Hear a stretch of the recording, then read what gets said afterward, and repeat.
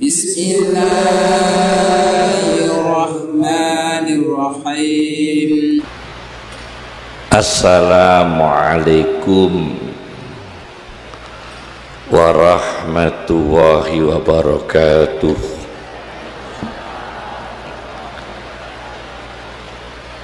Bismillahirrahmanirrahim. Hamdan lillah,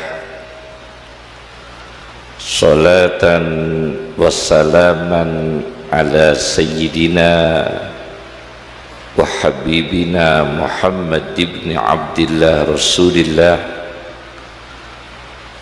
wa ala alihi wa man sahibah wa man tabi'ah hudah, amma ba'd. Yang kami hormati para kiai, para alim ulama dan seluruh hadirin hadirat yang dimuliakan Allah. Ini kita hadir dalam acara memperingati tahun baru Hijriah.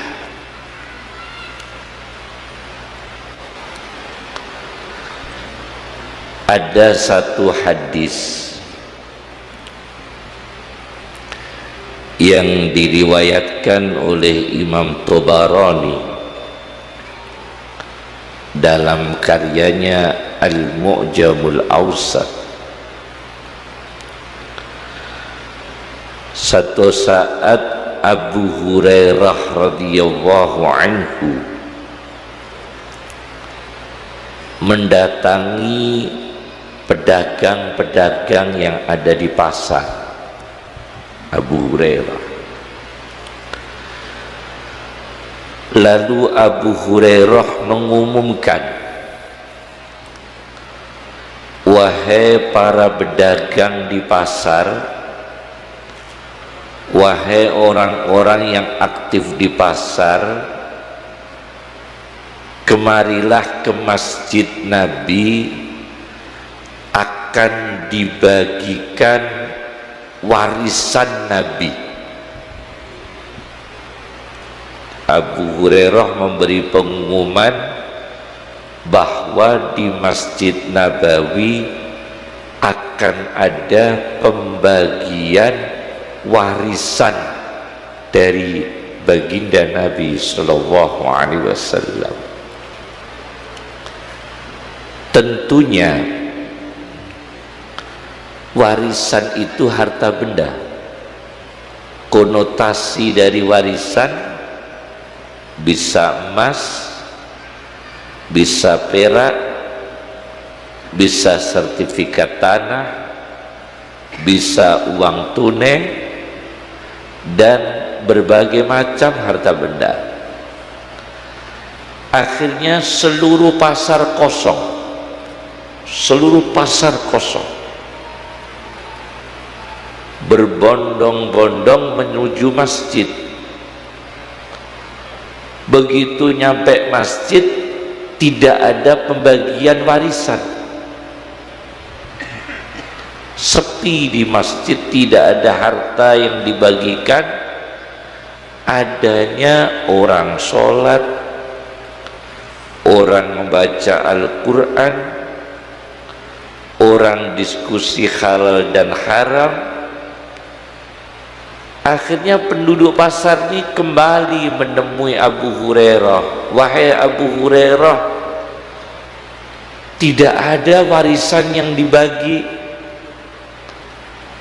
Adanya orang sholat, orang baca Quran di masjid, orang diskusi halal dan haram. Mana uang yang dibagi dari baginda Nabi? Mana harta Nabi yang dibagikan? Abu Hurairah menjawab, itulah warisan Nabi. Orang di dalam masjid sholat, orang di dalam masjid berzikir, orang di dalam masjid diskusi halal dan haram, itulah warisan Nabi Sallallahu Alaihi Wasallam. Jadi dulu fungsi masjid itu untuk sholat, berzikir, dan diskusi halal dan haram. Itu dulu. Ada satu penelitian ditulis oleh Profesor Toha Al-Wali dalam bukunya Al-Masajid fil Islam. Penelitian tentang masjid dalam sejarah Islam. Dulu pernah ada masjid dilengkapi dengan pencetakan uang. Pernah. Jadi masjid, sebelahnya masjid, masih dalam tanah masjid, itu sekaligus negara mencetak uang. Jadi pencetakan uang dilakukan di areal masjid, itu pernah dilakukan dalam sejarah Islam. Tentunya ini menjadi pelajaran bahwa masjid ibadah dan juga untuk memprogram kemandirian umat Islam. Baginda Nabi punya murid 450 orang di dalam masjid Madinah, bekerja mencari kayu di hutan, bekerja. Jadi aktivis masjid itu bekerja. Kenapa aktivis masjid bekerja? Maka dia akan mandiri, punya niat untuk menghidupi masjid. Itu pada zaman Rasulullah Sallallahu Alaihi Wasallam. Allah Subhanahu wa Ta'ala menyebut kata masjid di dalam Al-Quran sebanyak 22 kali. Masjid dalam Al-Quran sebanyak berapa? 22 kali. Sedangkan masajid dalam Al-Quran 6 kali. Jadi berapa itu? Masjid 22 kali, masajid 6 kali. Jadi seluruhnya masjid dalam Al-Quran itu 28 kali. Yang terbanyak Masjidil Haram, itu disebut dalam Al-Quran 15 kali. Al-Masjidil Haram, Al-Masjidil Haram itu 15 kali. Sedangkan Masjidil Aqsa, Al-Masjidil Aqsa hanya 1 kali. Yang ada Al-Masjidil Haram, Al-Masjidil Haram 15 kali, Al-Masjidil Aqsa 1 kali. Ya. Lalu di antara ayat-ayat masjid itu ada ayat spiritualnya. Nah, ini tentang teologi masjid namanya. Bagaimana kita menghidupkan masjid. Ada ayat bunyinya begini. Wa aqimu wujuhakum inda kulli masjidin wadu'uhu mukhlishina lahuddin.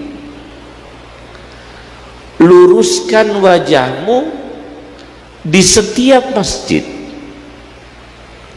Luruskan wajahmu di setiap masjid.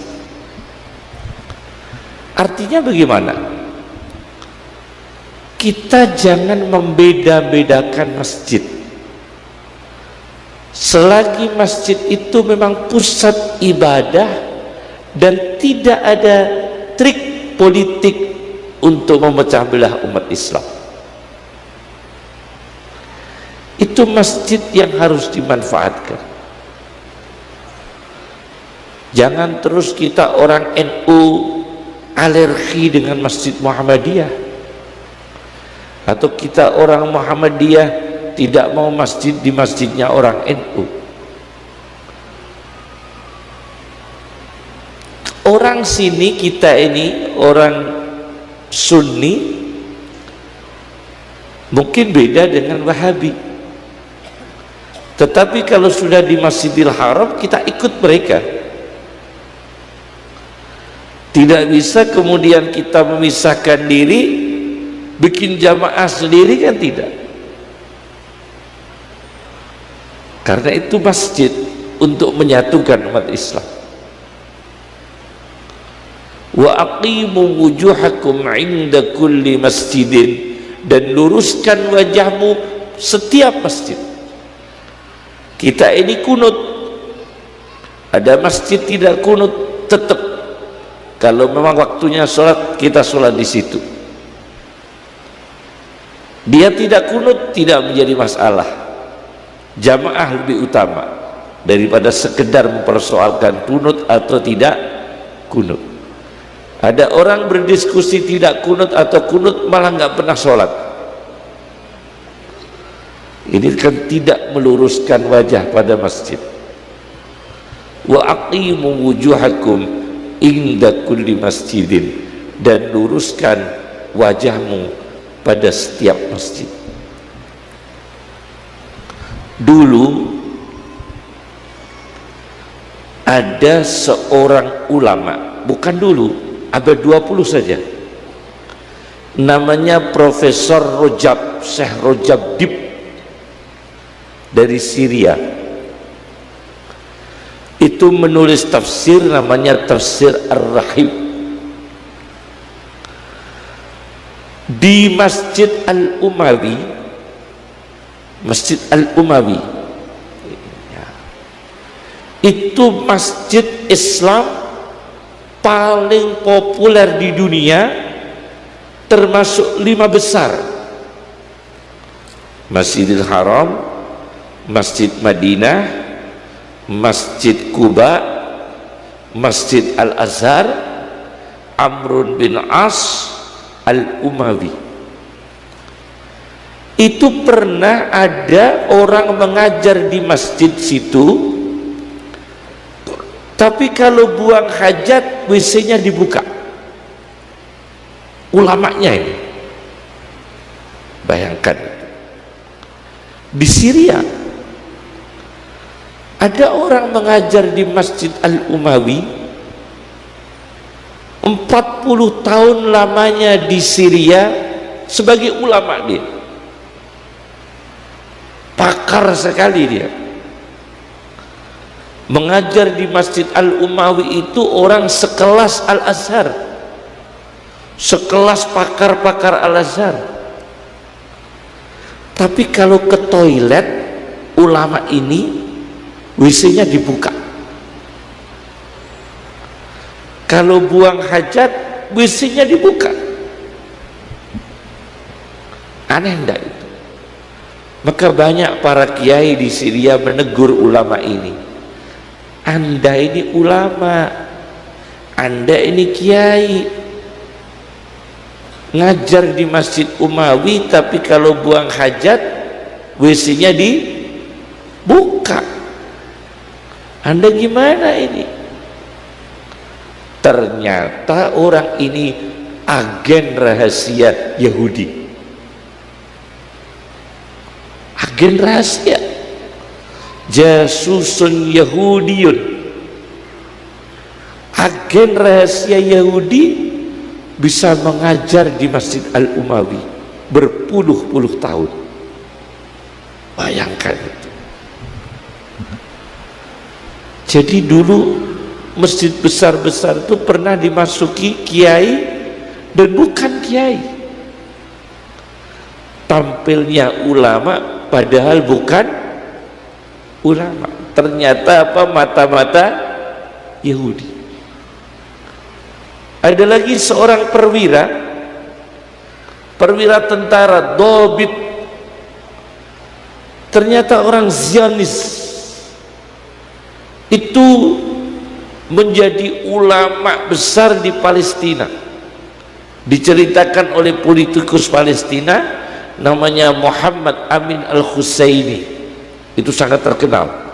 Muhammad Amin Al-Husaini menceritakan ada seorang ulama 30 tahun di Palestina menjadi orang besar sebagai ulama besar, ternyata dia itu adalah perwira Zionis Yahudi. Maka masjid sebesar ini harus hati-hati, harus disterilkan.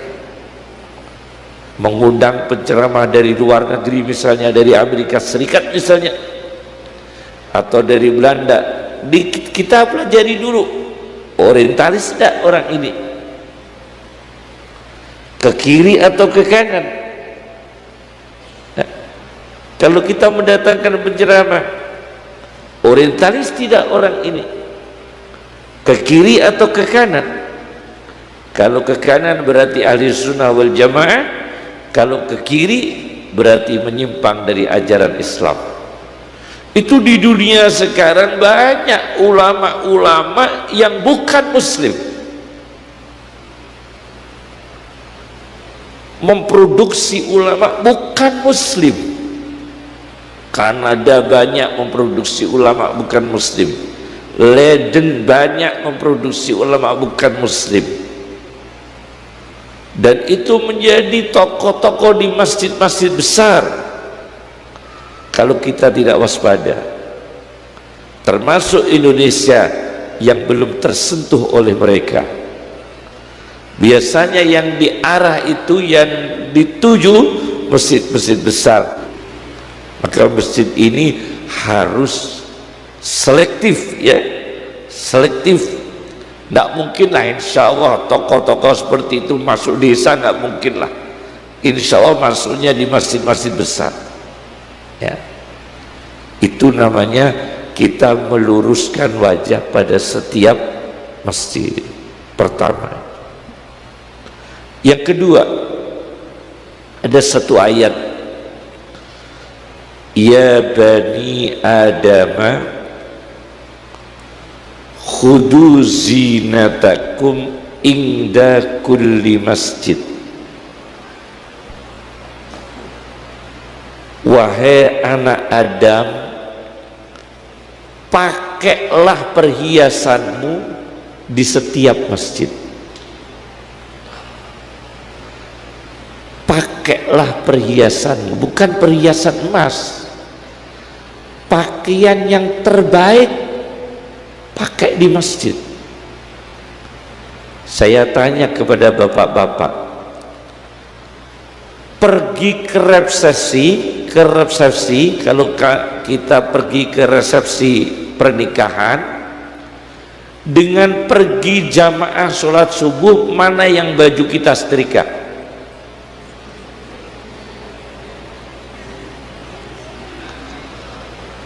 Pernah enggak bapak-bapak ini menyetrika baju untuk jamaah sholat subuh? Tidak pernah. Ibu-ibu ini kalau masuk musola pakai baju disetrika rapi yang terbaik? Tidak pernah. Kalau ke resepsi terbaik. Kalau masuk ke masjid kadang sudah 3 hari nggak dicuci.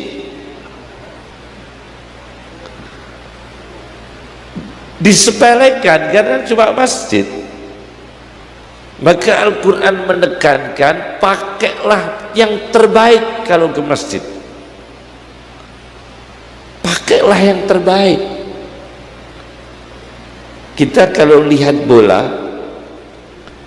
pelatih bola itu kalau bola Eropa itu pelatihnya itu eksekutif, pakai jas, ya kan? Pelatih bola itu pakai jas. seperti pejabat kalau di sini. Tapi kalau bola-bola kita enggak, pakai kaos. Padahal dalam Islam kalau masuk masjid pakailah baju yang terbaik, biar kelihatan umat Islam tidak lemah. Wala tahinu, jangan tunjukkan kelemahanmu orang muslim. Wala tahzanu, jangan tunjukkan kesedihanmu orang muslim. Tunjukkan orang muslim itu bisa, tunjukkan orang muslim itu mampu, ditunjukkan di masjid. Jangan ditunjukkan orang muslim ini lemah. Wala tahinu wala tahzanu. Maka Al-Quran mengatakan, pakailah hiasanmu, apa yang terbaik yang kamu miliki, pakailah di masjid. Khudu zinatakum inda kulli masjid. Ini penting sekali. Kenapa? Kalau kita lihat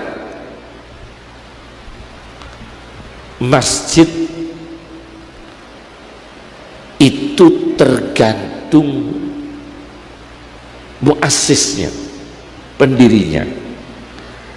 Itu kalau ditulis dalam sejarah. Kalau masjid itu akan bersejarah, maka harus tergantung dengan pendirinya. Kalau masjid itu akan berkah, maka tergantung dengan dananya.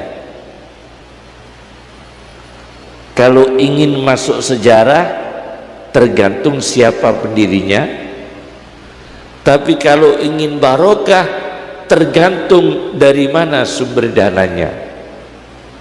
Itu barokah. Masjid yang bersejarah tentu Sunan Songo.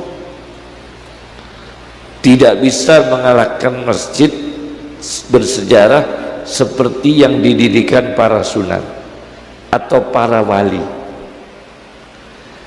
Tapi kalau masjid ingin barokah, bukan hanya pendirinya, dana yang dipakai untuk mendirikan masjid itu harus dana yang baik. Itu hiasan masjid. Ada satu insinyur pernah cerita ke saya, arsitek, cerita tentang masjid. Saya pernah diundang, dia ke sana, dia ke rumah kami.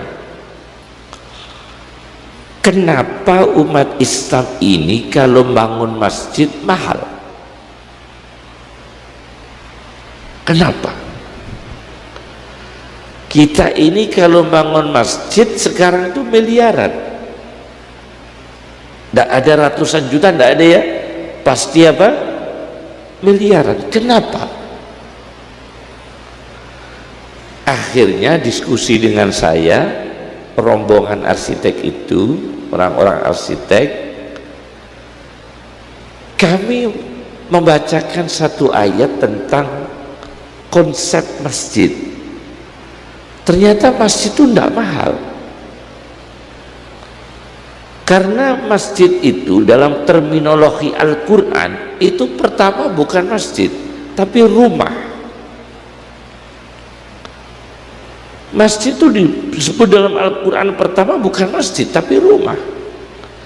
Inna awwala baitin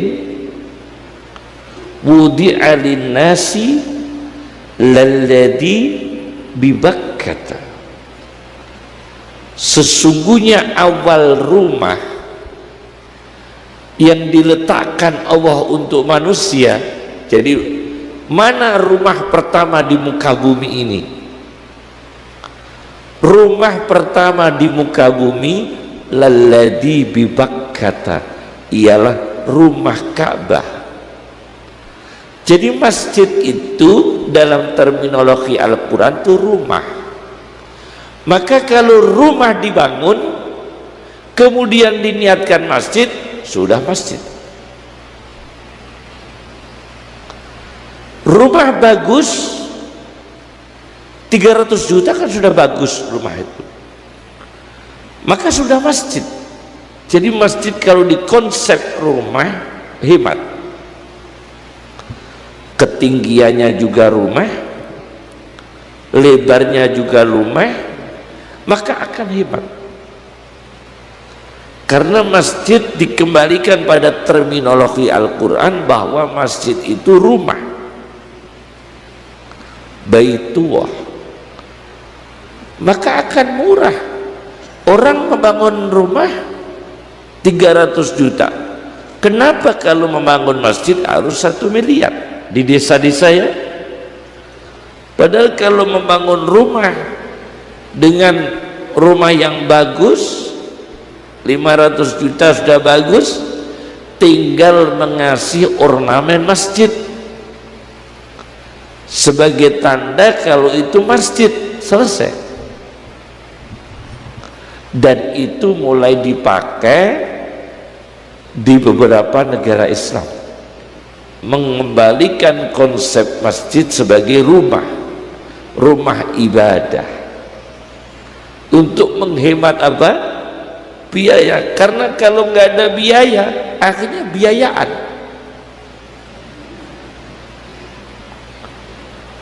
Kalau nggak ada biaya, panitianya apa?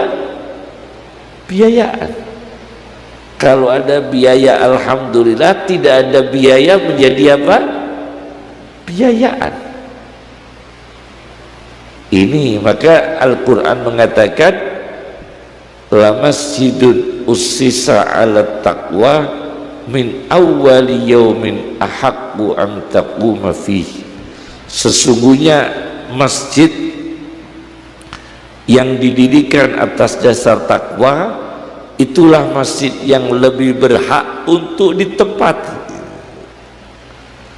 masjid yang lebih terhormat untuk ditempati. Tadi masjid berfungsi sebagai tempat berzikir dan sebagai tempat untuk menambah ilmu pengetahuan. Kami apresiasi dengan masjid ini, kalau masjid ini bisa mengoptimalkan fungsi tempat dzikir dan fikir, tempat dzikir dan tempat berfikir. Ulama dulu ada namanya Mbah Soleh Darat, ada ya, Kiai Haji Soleh Darat. Mbah Soleh Darat itu guru daripada Syekh Mahfud Termas, guru daripada Ibu Kartini, guru daripada Kiai Dahlan, ahli astronomi di Semarang. Dulu zaman Belanda ada Kiai Dahlan, namanya Kiai Dahlan, ahli falak, ahli astronomi di Semarang. Dan itu menghidupkan masjid di kota Semarang. Sampai di daerah Jawa Timur itu, pondok-pondok besar di Jawa Timur itu punya apa ya namanya, punya keyakinan, sebagian dari pondok-pondok besar di Jawa Timur itu, kalau ingin pondok pesantrennya berkah, maka mengambil sampah dari pasar Johar. Mengambil sampah dari pasar apa? Johar. Mengambil sampah dari pasar Johar, ditanam di pondok dengan melantunkan Fatihah untuk Mbah Soleh Darat. Diyakini punya khasiat untuk menurunkan berkah, menjadi ramenya pondok pesantren. Jadi ambil sampah dari pasar Johar, ditanam di pondok-pondok itu. Banyak di Jawa Timur, pondok pesantren di Jawa Timur mengambil sampahnya dari pasar Johar, terus ditanam di pondok, ditanam di madrasah, melantunkan Fatihah untuk basoleh darat. Musik enggak, musik itu tawassul namanya. Untuk basoleh darat berarti basoleh darat ini menjadi orang yang Masya Allah, orang yang dipercaya turunnya berkah.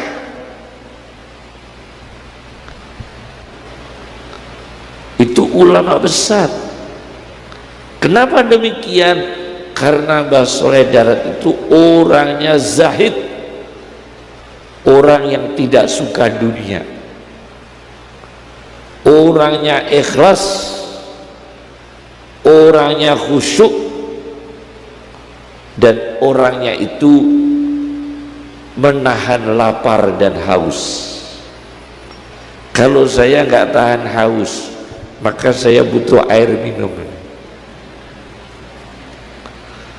Kalau basoleh darat tahan haus, kalau saya nggak tahan haus.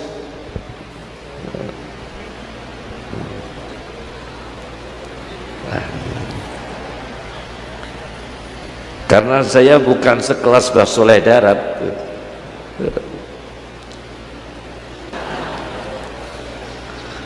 Yes. Alhamdulillah.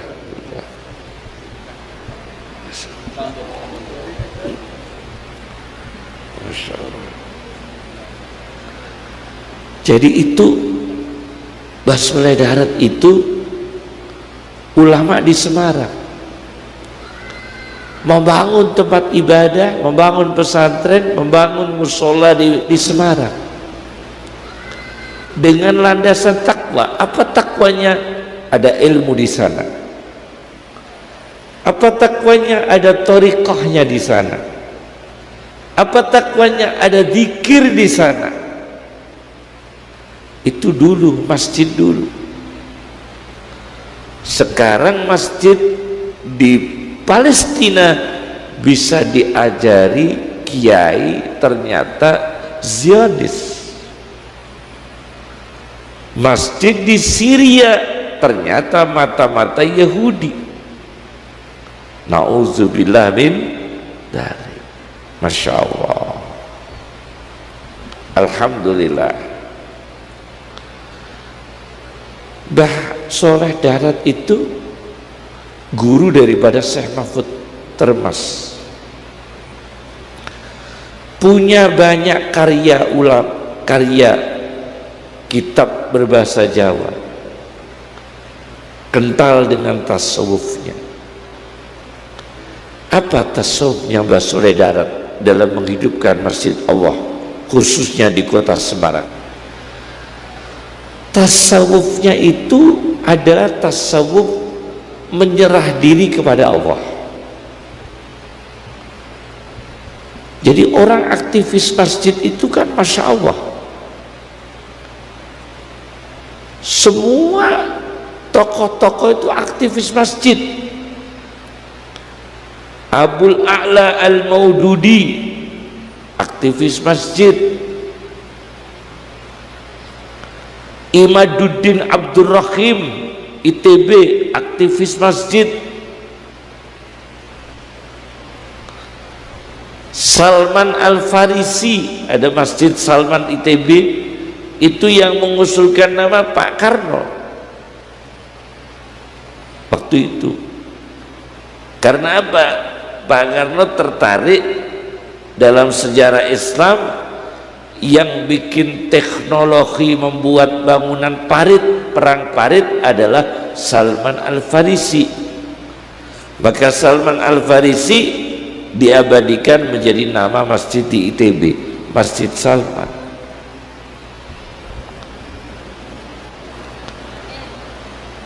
Jadi memang ulama itu dalam menghidupkan masjid, Masya Allah. Ada satu cerita tentang dakwah di dalam masjid. Di Swedia itu sering saya ceritakan, di Swedia itu ada kantor resmi sampai sekarang, insya Allah, melayani bunuh diri di Swedia. Jadi kantor di Swedia yang terkenal orang pinter itu kan Swedia. Tapi di Swedia itu ada kantor melayani bunuh diri. Jadi kalau mau bunuh diri mengisi formulir. Mau bunuh diri pakai racun sekian bayarnya. Mau bunuh diri pakai pedang bayar sekian. Mau bunuh diri pakai setrum sekian. Jadi ada pelayanan bunuh diri di Swedia itu. Akhirnya ada orang mendaftarkan dirinya di Swedia di kantor pelayanan bunuh diri. Ada orang daftar di situ, ditanya siapa namanya, Abdullah. Abdullah daftar bunuh diri di Swedia. Namanya siapa tadi? Abdullah. Dari mana? Saudi Arabia. Bayangkan itu. Dari Arab Saudi daftar bunuh dirinya di Swedia. Masya Allah, terjadi. Orang dari Arab Saudi ke Swedia hanya daftar untuk bunuh diri. Akhirnya sudah didaftar, sudah masuk daftar, cuma pelaksanaannya belum.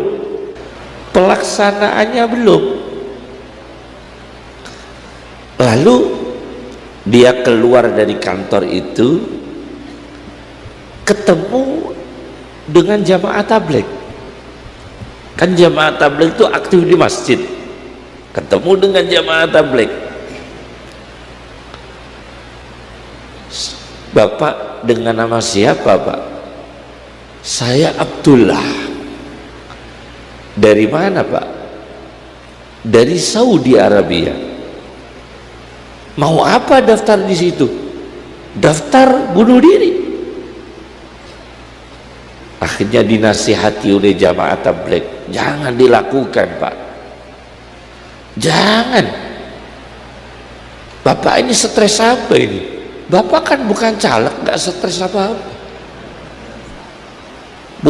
Bapak bukan caleg, Bapak bukan calon ini, bukan calon ini, nggak pernah stres apa-apa Bapak ini. Jangan bunuh diri. Akhirnya digelandang oleh jamaah tabligh tadi. Digelandang, akhirnya dirayu oleh jamaah tabligh, diajak ke masjid. Begitu dia ada di masjid, langsung tidur.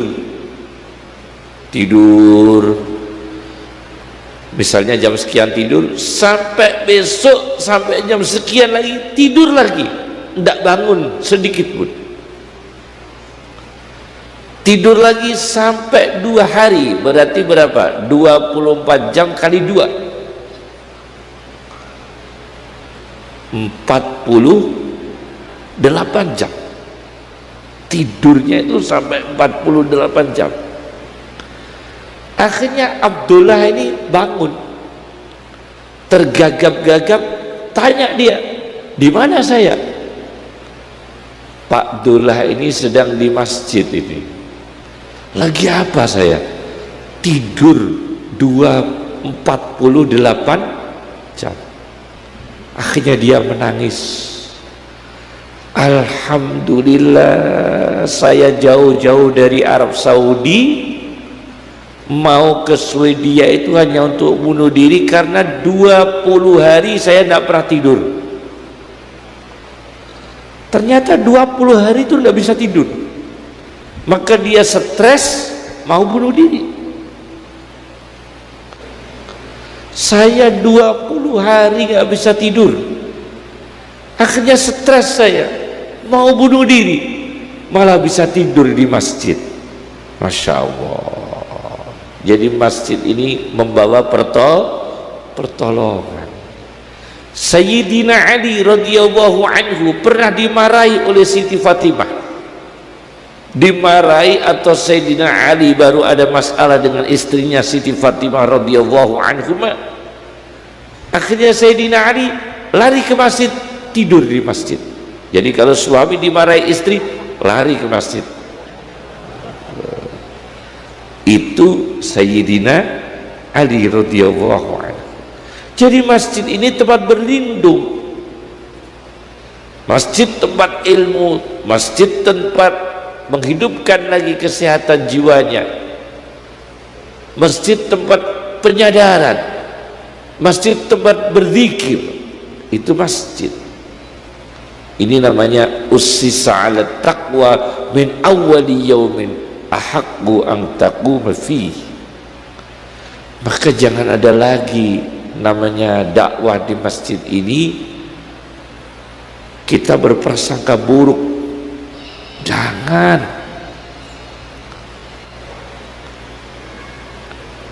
Nah, umat Islam ini dalam berdakwah di masjid itu yang dijaga adalah kalamnya, komunikasinya di dalam masjid itu. Satu kalimat yang jami'ah. Kita kalau bicara itu kalimat yang jami'ah, universal, absolut. Jadi sudah mengena sana, mengena sini, tetapi berisi. Yang kedua adalah jamilah, ambil kata-kata terbaik. Yang ketiga adalah muslihah, buatkan materi yang membawa maslahah. Yang ketiga, empat adalah mu'nisah, yang menghibur hati manusia dengan baik. Itu dijaga semua. Nah, seperti itu kalamnya para ulama dalam berdakwah. Maka kalau ada kekurangan dan kelebihan, wilayahnya ulama yang menasihati. Kami ini suka tawassul, kami ini suka ziarah kubur, kami ini suka manakib, tapi kami berinteraksi mereka dengan yang tidak suka manakib dengan baik. Kami ini hobinya manakib, tapi kepeduk ketemu orang yang gak suka manakib, kami berinteraksi dengan baik.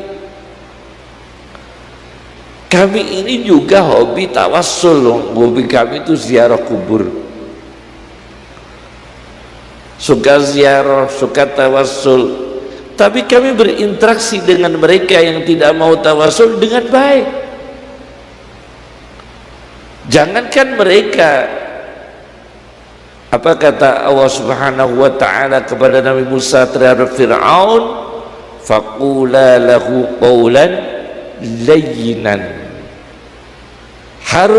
Musa Harun alaihissalam berkatalah kepada Fir'aun dengan perkataan yang lembut.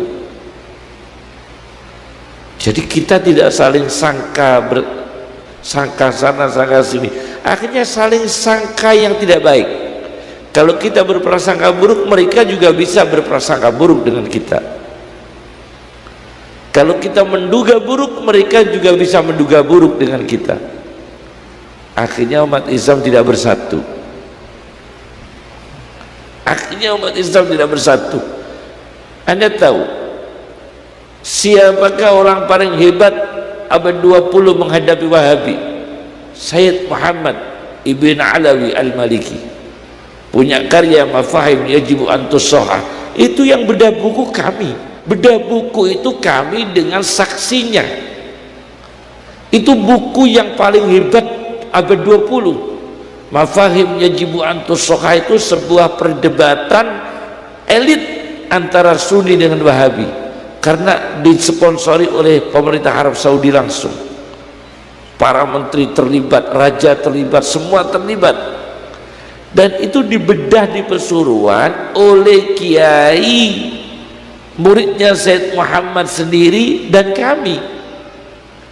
Itu bedah buku itu, Mafahimnya Yajibu Antusoha. Apa yang kami katakan kepada mereka? Sayyid Muhammad menyebut tokoh Wahabinya Syekhul Islam. Coba itu. Sayyid Muhammad menyebut Ibnu Taimiyah Syekhul Islam. Loh, itu Sayyid Muhammadnya loh itu. Ayahnya Sayyid Muhammad namanya Sayyid Alawi Al-Maliki. Itu kalau Idul Fitri habis dari sholat Id, beliau silaturahmi, menyambung dengan ulama-ulama Wahabi. Berbeda pendapat itu sebetulnya, tapi ayahnya Sayyid Muhammad bin Alawi Al-Maliki, Sayyid Alawi, itu kalau habis sholat Id silaturahmi ke tokoh-tokoh Wahabi. Masya Allah, akhirnya nggak ada masalah. Kalau ada kekurangan diperbaiki, diluruskan dengan ilmiah, ya kan. Kekurangan-kekurangan Wahabi misalnya diluruskan dengan ilmiah. Tapi muasyarah sesama muslim tetap harus bersatu, tetap harus bersatu. Itu namanya fungsi masjid. Karena apa? Pada zaman Rasulullah SAW itu ada orang Badui, masuk masjid langsung kencing di dalam masjid. Apa enggak bikin fitnah orang? Masuk masjid mojok di situ, kencing di situ. Akhirnya para sahabat ini marah, orang itu mau dikeroyok oleh baginda Nabi. Jangan, ini orang bodoh, belum tahu ilmu agama, biar diselesaikan dulu kencingnya, kata Nabi. Biar diselesaikan dulu kencingnya, nanti dinasihati. Akhirnya kencing selesai, apa yang dilakukan Nabi? Sayyidina Ali diperintahkan, Ali cuci, bersihkan kencing orang ini. Sayyidina Ali yang bersihkan. Habis membersihkan kencingnya orang Badui tadi di dalam masjid, Rasulullah menghampiri orang itu, atau orang itu dipanggil oleh Rasulullah. Selaya Rasulullah mengatakan, ini masjid bukan tempat kencing, ini masjid tempat suci. Orang itu senang sekali karena cara Rasulullah itu mengingatkannya. Itu Rasulullah Shallallahu Alaihi Wasallam. Maka saya mengatakan bahwa Ustadz Abdul Somad itu dengan kami hubungannya baik, dan kekurangan dan kelebihan kita saling menasihati. Kekurangan dan kelebihan kita saling apa? Menasihati. Itu namanya la masjidun ussisa ala taqwa min awwali yaumin ahaqqu an taquma fi. Sudah berapa itu masjid? Ada lagi kasus.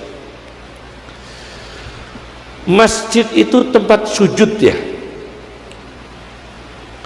Kalau di dalam Al-Quran, sujud itu ada ruang di langit juga tempat sujud, ruang di bumi juga tempat sujud.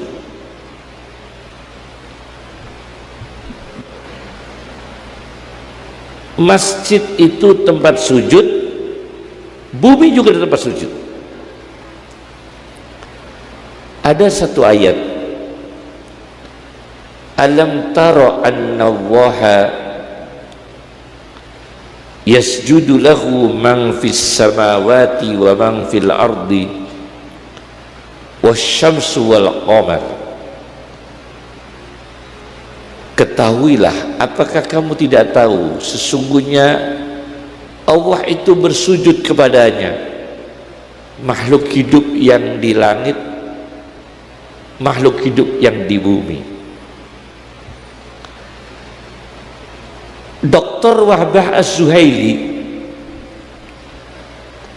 Dr. Wahbah Az-Zuhaili itu ulama mengarang tafsir Munir 16 jilid, mengarang Al-Fiqhul Islami wa Adillatuh, Dr. Wahbah Az-Zuhaili. Beliau cerita dalam catatan kakinya, ketika Gagarin, astronot pertama Rusia, Gagarin, astronot pertama Rusia itu ke ruang angkasa, kembali ke bumi, ditanya oleh wartawan.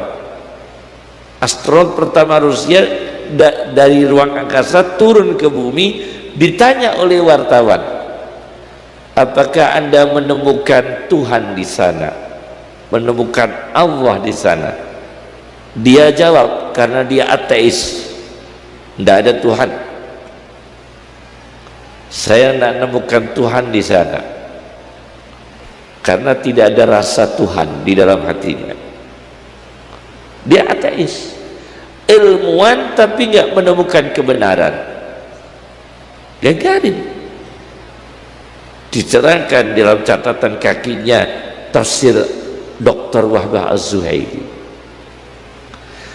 Kemudian astronot berikutnya dari Rusia juga berangkat ke ruang angkasa. Begitu turun ke bumi, ditanya oleh wartawan, apakah Anda menemukan Allah di sana, menemukan Allah?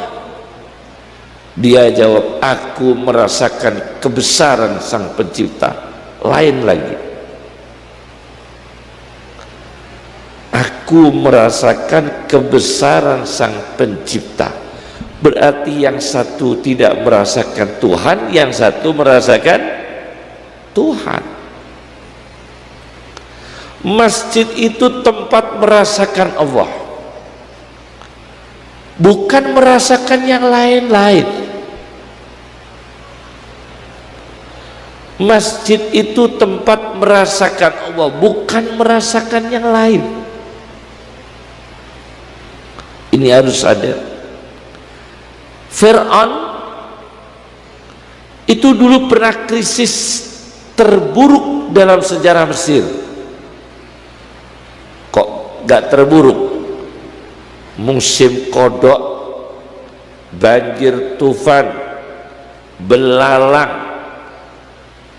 kutu, tumo ya, kutu, kodok, darah, perang, krisis terburuk di Mesir.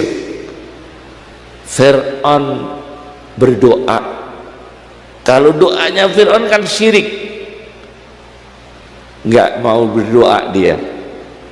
Doanya diserahkan Musa alaihissalam. Jadi bukan doa bersama. Fir'aun menyerahkan doa ke Musa, ya Musa du'ulana rabbak, dalam Al-Quran. Ya Musa du'ulana rabbak, wahai Musa, Anda yang berdoa, bukan saya. Ya Musa du'ulana rabbaka bima ahida indak, wahai Musa, kamu yang berdoa, saya tidak mau berdoa karena ini krisis, kami tidak mampu berdoa. Yang layak berdoa kamu Musa. Bayangkan Fir'aun, orang yang mengaku Tuhan, menyerahkan doa kepada seorang nabi. Kenapa kita muslim menyerahkan doa kepada yang lain? Ini persoalan sebetulnya. Fir'aun itu menyerahkan doa kepada Musa. Fir'aun itu yang mengaku Tuhan, ana rabbukumul a'la, aku Tuhan yang tertinggi. Itu dalam satu ayat. Ayat lain tak, ma'alimtu lakum min ilahin ghairi, aku tidak melihat Tuhan selain diriku. Itu Fir'aun. Tapi begitu krisis menimpa di Mesir, Fir'aun tidak bisa berbuat apa-apa, menyerahkan doa itu kepada Musa. Jadi masjid adalah tempat memurnikan tauhid. Masjid tempat memurnikan apa? Tauhid. Itu masjid. Subhanallah, tempat memurnikan tauhid, tempat berzikir, tempat berilmu, tempat memurnikan tauhid. Yang terakhir dari uraian kami tentang masjid, kita kembalikan ke hijrah. Hijrah Rasulullah Shallallahu Alaihi Wasallam itu dulu kota Madinah, nama lainnya adalah Yasrib. Yasrib itu mencela Maidu. Yasrib itu mencela atau Maidu. Maknanya Yasrib yalumu. Saroba Yasribu itu yalumu, mencela. Maka kota Madinah adalah kota peradaban dan kota introspeksi diri. Itu kota Madinah. Yasrib itu artinya mencela, kalau Madinah artinya kota. Maka Rasulullah Shallallahu Alaihi Wasallam begitu di Madinah, Masya Allah, orang munafik itu muncul di daerah maju, bukan daerah yang tidak maju dalam teori Islam. Di Mekah itu belum ada munafik. Seluruh ayat tentang munafik madaniyah semua. Kalau ayat Al-Quran tentang paganisme, penyembahan berhala, kalau ayat Al-Quran tentang penyembahan batu, itu Mekah. Tapi kalau ayat Quran tentang orang intelek yang munafik, semua madaniyah, di Madinah semua, karena sudah maju. Maka kalau maju itu muncul orang munafik. Kemajuan peradaban, muncullah kemunafikan. Itu munafik. Subhanallah. Maka tempat hijrah mencela diri sendiri. Imam Ghazali itu dalam satu karyanya namanya Sulwatul Arifin, ada seorang yang umurnya itu ditetapkan Allah separuh kaya separuh miskin. Ada itu seseorang yang umurnya sudah ditetapkan Allah separuh hidupnya kaya separuh hidupnya miskin. Dikasih tahu oleh Nabi, Mas, ada berita dari Allah bahwa hidupmu itu separuh kaya separuh miskin. Pilih mana, miskin dulu atau kaya dulu? Enak mana ini? Jadi orang ini sudah dijatah Allah hidupnya separuh hidupnya kaya separuh hidupnya miskin. Disuruh milih oleh Allah, minta miskin dulu atau kaya dulu. Akhirnya orang itu pulang. Nanti dulu Nabi, kami mau musyawarah dengan istri saya. Istri saya maunya gimana? Enak miskin dulu atau kaya dulu? Akhirnya orang itu pulang, menemui istrinya, Bu, ini ada berita dari Allah, kita ini mau dijadikan Allah, separuh hidup kita ini miskin, separuh hidup kita kaya. Enaknya milih mana, Bu? Kaya dulu atau miskin dulu, Bu? Kata istrinya, kalau saya Mas pilih miskin dulu, sebab nanti kalau kita tua kaya. Enak miskin dulu. Suaminya milih kaya dulu. Kalau kalian milihnya gimana? Miskin dulu atau kaya dulu? Ini pernah ini ada Imam Ghazali cerita, separuh-separuh ini, kaya dulu atau miskin dulu. Suaminya kaya dulu aja, Bu. Istrinya enggak, miskin dulu, mumpung kita masih muda, nanti kita tua sudah enak tinggal kaya. Kalau suaminya enggak, saya tetap ingin kaya dulu, miskinnya belakangan. Akhirnya menang suami, matur ke Nabi, wahai Nabi, milih kaya dulu. Oh ya, akhirnya dilaporkan ke Allah, dituruti, langsung kaya, langsung tanpa SK. Loh, ini tanpa SK, tanpa wakaf produktif, tanpa anggaran, tanpa apa, langsung kaya orang. Dijalani kaya setahun 2 tahun. Istrinya bilang, Mas, ini kita kan sudah terlanjur kaya dulu, mumpung kita kaya dulu, supaya kaya kita ini awet, sebaiknya disedekahkan sebagian. Jadi kalau Mas ini, Bapak ini makan sate, maka harus mengundang 1 orang miskin, diajak makan sate. Kalau beli pakaian baru, belikan 1 baju baru untuk orang miskin. Beli sandal baru, belikan 1 sandal baru untuk orang miskin, untuk menjaga nikmat Allah ini. Akhirnya terus tiap hari kalau makan cari orang miskin, beli baju baru cari orang miskin, beli sandal baru cari orang miskin, terus begitu sampai jatah umur kayanya habis. Nah, tinggal separuh ini kan ya, kaya sudah selesai, tinggal separuh. Sudah siap-siap ini, sudah siap-siap apa? Siap-siap miskin kan, sudah separuh dijalani.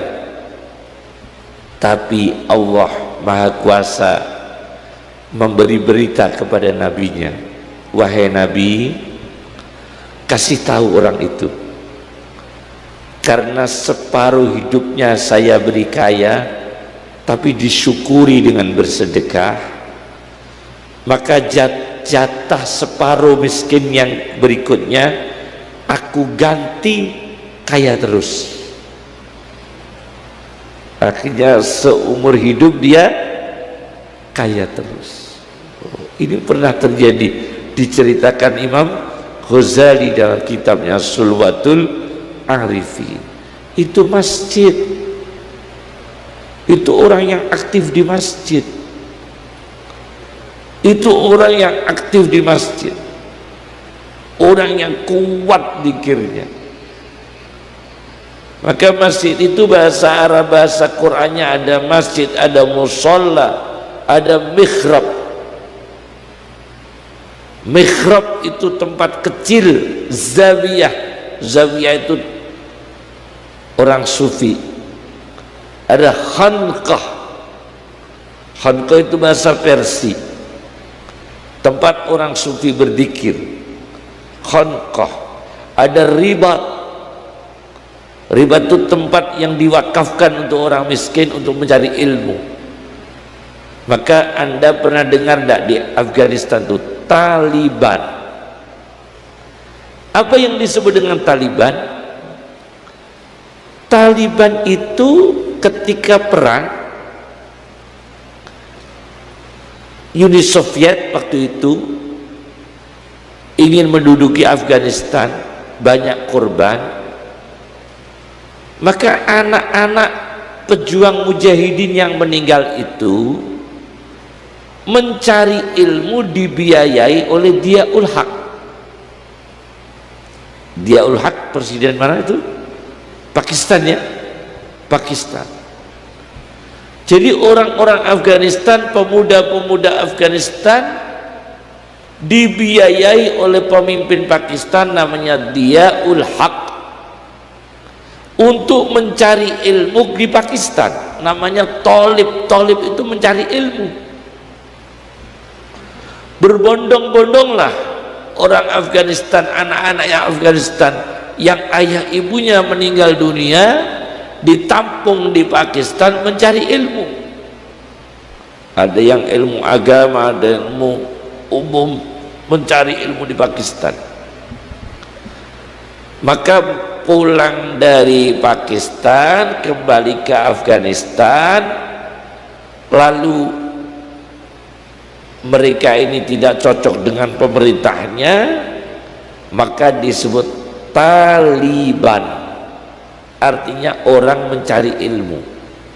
Dulunya alumni Pakistan semua itu, istilah itu namanya Taliban, artinya orang yang mencari ilmu. Dikenallah namanya Taliban. Jadi Taliban itu bukan suku, tapi anak-anak pejuang mujahidin yang dibiayai Diaul Haq belajar di Pakistan. Pulang dari Pakistan kembali ke Afghanistan, mereka ada perlawanan dengan pemerintah, disebut Taliban, orang yang dulunya mencari ilmu. Masya Allah, itu orang yang mencari ilmu. Mereka aktif di masjid, ada kekurangan, ada kelebihan, itu lain lagi, tapi mereka ini aktif di masjid. Nah, kalau kita ini kan insya Allah tidak bersenjata, cuma mencari ilmu, mencari wawasan. Maka kita yang sudah ahli sunnah, tingkatkan sunnahnya, jangan coba-coba yang lain-lain. Tapi kadang-kadang lain-lain itu juga ahli sunnah, kita anggap bukan ahli sunnah. Kadang-kadang itu ahli sunnah sama dengan kita. Kita memandang kita ini, saya ulangi lagi, suka ziarah, suka tawasul, suka manakib, suka berzanjen, tapi memandang Wahabi itu muslim. Saya itu tidak memandang musuh. Saya memandang mereka itu saudara muslim, cuma berbeda dalam pendapatnya. Kalau mereka memusuhi kita, umpamanya kita harus menyelesaikan bil hikmah wal mau'idatil hasanah wajadilhum billati ya ahsan. Itu cara Rasulullah SAW. Sudah saya paparkan banyak tentang fungsi-fungsi masjid.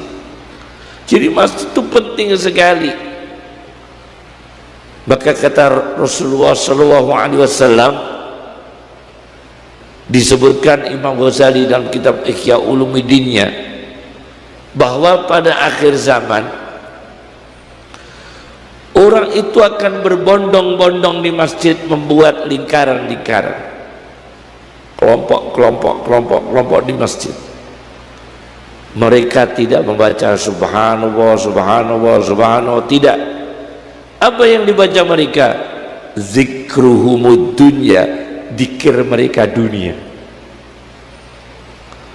Wa hubbud dunya, dan dikir mereka membahas dunia. cinta dunia. Kata Rasulullah, la tujalisuhum, jangan duduk bersama mereka, karena mereka di masjid tidak berzikir kepada Allah tapi berzikir kepada dunia. Dzikruhumud dunya wa hubbud dunya. Kata Rasulullah, la tujalisuhum, jangan duduk dengan mereka. Falaysa lillahi bihim hajah, Allah tidak membutuhkan mereka.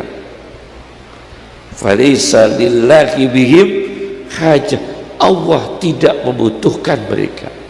Ini orang yang merubah segmen masjid, merubah fungsi masjid, merubah keutamaan masjid, merubah marwah masjid, merubah. Karena masjid bukan untuk berzikir tapi untuk membahas dunia. Ad-dunya wa hubbud dunya. Maka jangan ada orang yang mau sholat membaca Indonesia Raya. Gimana itu?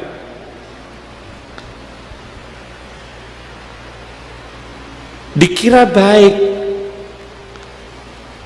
Lagu Indonesia Raya saja dalam acara pemerintah itu saja ada waktunya kok. Iya apa enggak itu?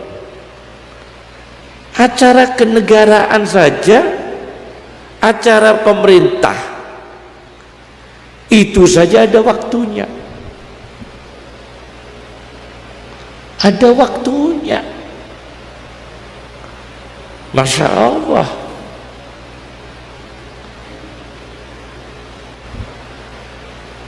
Kiai Abdul Wahid Hazim, apanya Gus Dur, itu orang yang ikut membidani wujudnya negara ini. Apakah beliau dengan serta-merta mengimami sholat di Tebuireng, ayo Indonesia Raya, apa begitu? Kan enggak. Apa Abdul Wahid kurang negarawan? Itu bukan inovatif, tetapi belum memahami mana tempatnya dan mana waktunya. Paham maksud saya ya? Mana tempatnya dan mana apa? Waktunya. Lagu Indonesia Raya tetap dipelihara, tetap dijaga, tapi ada waktunya. Kalau tidak ada waktunya, coba Anda sekali-kali di WC lagu Indonesia Raya, pantas enggak itu? Ya enggak pantas di WC, malah tidak pada tempatnya, karena tidak pada tempatnya. Jangankan begitu, memberangkatkan jenazah dengan tola al badru alaina, tepat enggak itu? Memberangkatkan jenazah dengan membaca apa? Tola al badru alaina, kira-kira tepat enggak itu? Ya enggak tepat, karena ini pemberangkatan jenazah. Jadi bukan inovatif. Orang yang berinovasi itu orang yang punya naluri budaya. Naluri itu lahir dari kecerdasan, tapi naluri itu makbul indallah, makbul indan nas, diterima Allah dan diterima oleh manusia. Itu naluri yang baik, bisa diterima Allah dan diterima oleh manusia. Begitu. Kita lihat saja masjid pada zaman Rasulullah SAW luar biasa, dihuni oleh para sahabat, ulama semua sahabat itu, orang soleh semua sahabat. Dan Rasulullah punya lagu, bukan Rasulullah penyair, punya slogan